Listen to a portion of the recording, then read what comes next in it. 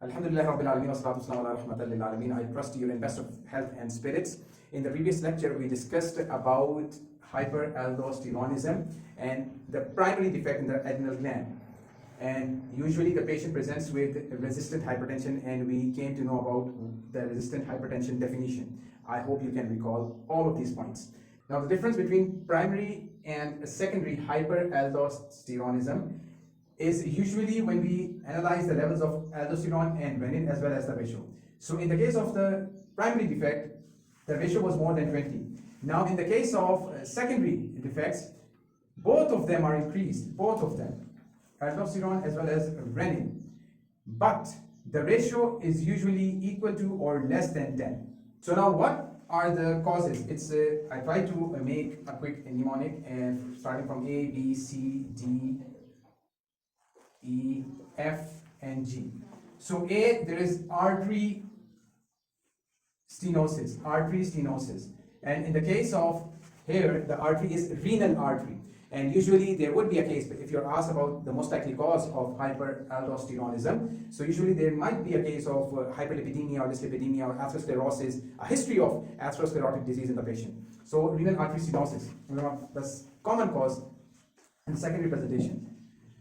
The second cause is Bartter syndrome. The last point I told you we will discuss the syndromes relevant to increased levels of aldosterone. So Bartter syndrome is usually due to a defect in the 1-sodium 1-potassium 2-chloride transporter inside the thick ascending limb inside the nephron. So if there's a defect, the patient usually suffers from hypokalemia but not hypertension, because the sodium is also being lost. And usually there can be the presentation of hypokalemia but not hypertension. So Bartter syndrome usually is just like a patient taking loop diuretics for a long period of time. The third is C, and C is cirrhosis, liver cirrhosis. So that can also cause secondary hyperaldosteronism. Now DE usually means diuretics. So if there is excessive use of diuretics, the patient can suffer from secondary hyperaldosteronism. Now F stands for failure, and here, now failure means here congestive heart failure.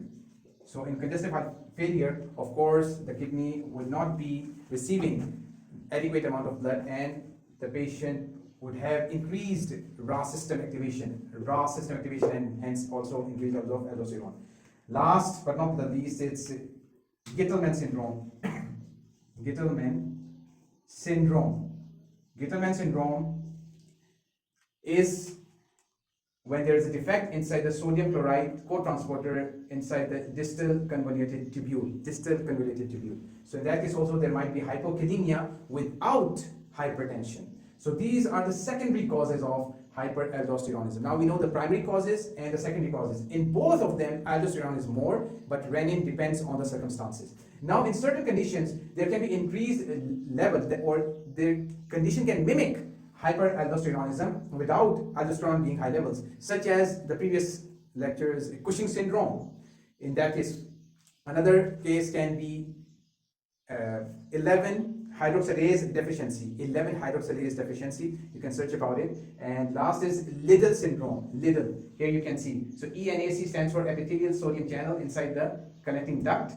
Usually there is a defect, and this defect causes increased reabsorption of sodium without usually the action of aldosterone. Why? Because there's a genetic defect inside this channel, and that also causes now hypertension as well as fluid expansion inside the body.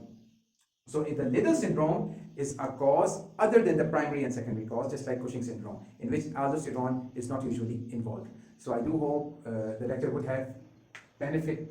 It would have been beneficial for you to know about hyperaldosteronism and the various causes, and particularly Cohn syndrome from the previous lecture, in which we diagnosed and tried to see or go through the management of Cohn syndrome. Thank you for watching, and subscribe and share if you find it helpful.